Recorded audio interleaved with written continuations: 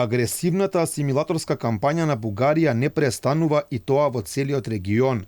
По Македонија па обидите да се асимилираат македонците од Албанија, сега на ред дојде и Косово.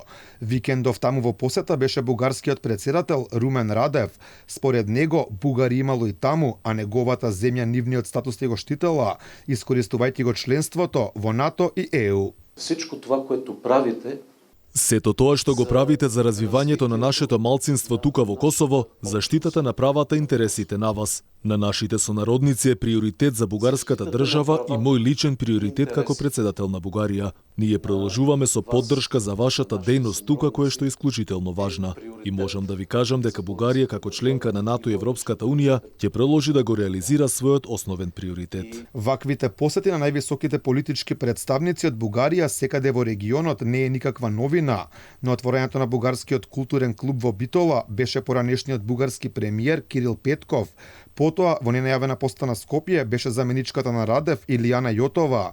Таа во екот на пописот во Албанија беше во најмакедонските села таму, Голо Брдо и Острени, од каде порача дека македонците се обиделе да ги асимилираат бугарите во овие делови. Сепак вистината е сосем обратна. Од македонските здруженија за Алфа пред неколку месеци се пожалија дека токму македонците се жртва на жестоки обиди за бугарска асимилација. И од ДОМД за Алфа велат дека она што го прави пред се Бугарија е веќе видено сценарио и во Македонија и во другите држави. Според Гордан Јорданов, бугарите го искористуваат тоа што Македонија не работи доволно за своето малцинство во другите држави. Така, јас мислам дека причините или начините се јасни на сите еден од нас, поготово на јавната политичка сцена и арена, тоа доаѓа како недостаток на пристап кон македонците од страна на македонските власти. Тие такви начини се постапувале многу пати и во Македонија од страна на и бугарски и различни државни, да кажеме, структури, но во случајот со Албанија директно е подпомагано и финансиски и општествено до страна на луѓето на кои најмногу им треба.